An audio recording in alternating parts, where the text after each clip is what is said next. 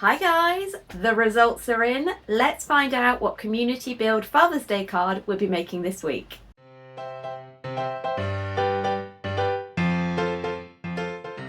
So, if you follow me on Instagram, you may have seen last week that I put some polls up. The idea was that we're going to create a Father's Day card, but you guys were going to pick the exact styling, design and sentiment of the card that I'm going to create. So we got a few votes, and as you can see, we are going to be making a card from teenagers to their dad. It's going to be a little bit cheeky and it's going to have a foiled element. So let's start designing. It starts with an idea, and I'll usually sit down with a pen and notepad and just start brainstorming some different designs that could be placed onto a card. These will involve the sentiments that are on, or the quote, and also an image to go with it. I'm going to head over to Canva and create a design that is 5 inches wide by 7 inches tall.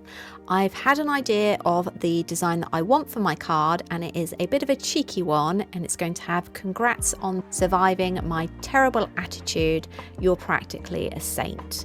So I've added that text onto the design, and I've had a play around with different fonts, bearing in mind which parts I'm going to foil and which parts are going to be printed.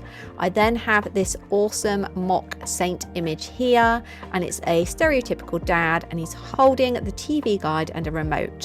Once I'm happy with the alignment of everything, I have created duplicate pages for the foiling and for the bit that's going to be printed, and I've then opened them up in Affinity Designer. We are going to start with the inkjet printed element, so I've maneuvered that in and made sure it's resized to the card design, and then I'm making sure that everything is set up for printing on my Canon printer, and that the size of the card is also entered along with gloss and high quality. Then it's time to print.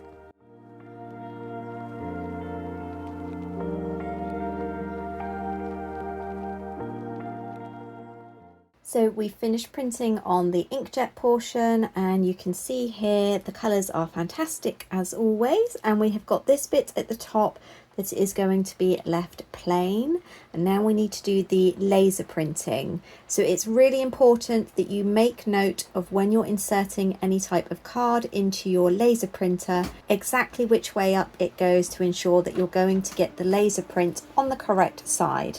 So I would urge you to have a play around with some scrap paper or card before actually doing that. So now let's print with the laser printer. Next up, it's time for the laser printer portion, and it is really important that you remove everything that you don't want printing in laser. That includes any branding that you might have added, and then make sure that you place this into the machine in the correct way.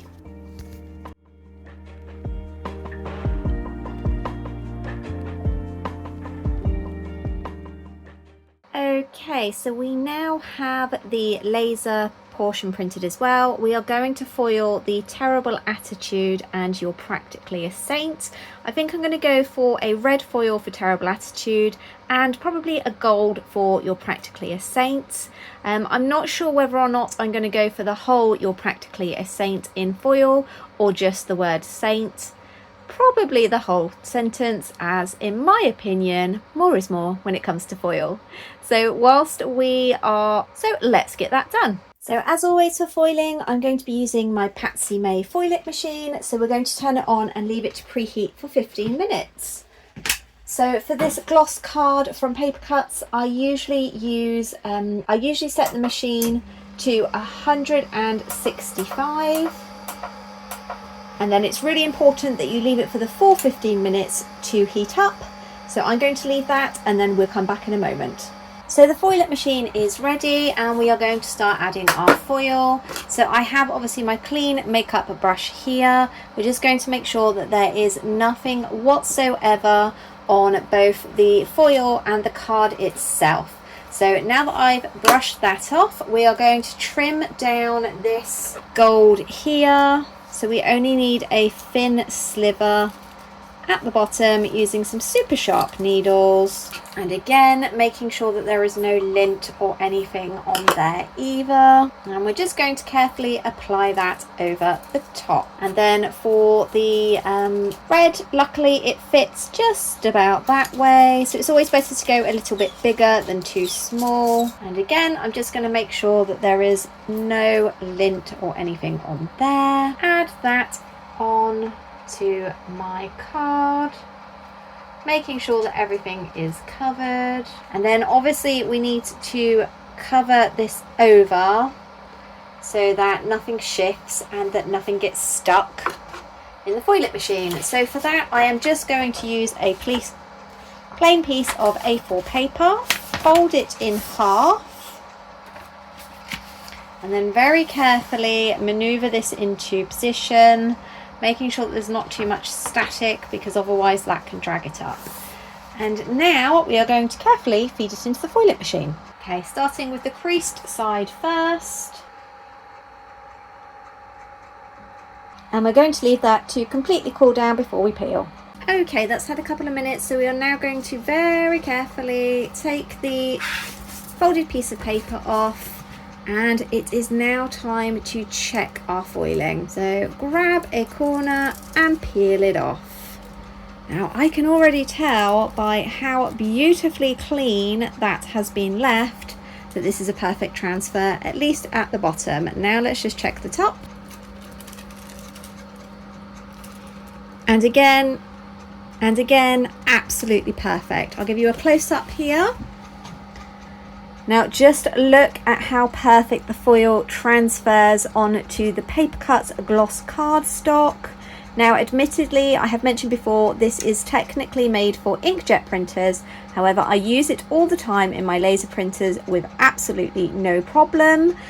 If you would like to have a look, they do have a laser version for their laser printers. And here we have the finished result. I love everything about this. I love the cheeky play on words of the dad joke of constantly berating the teens for having such terrible attitudes, and then it'll come back from the teens saying you're practically a saint.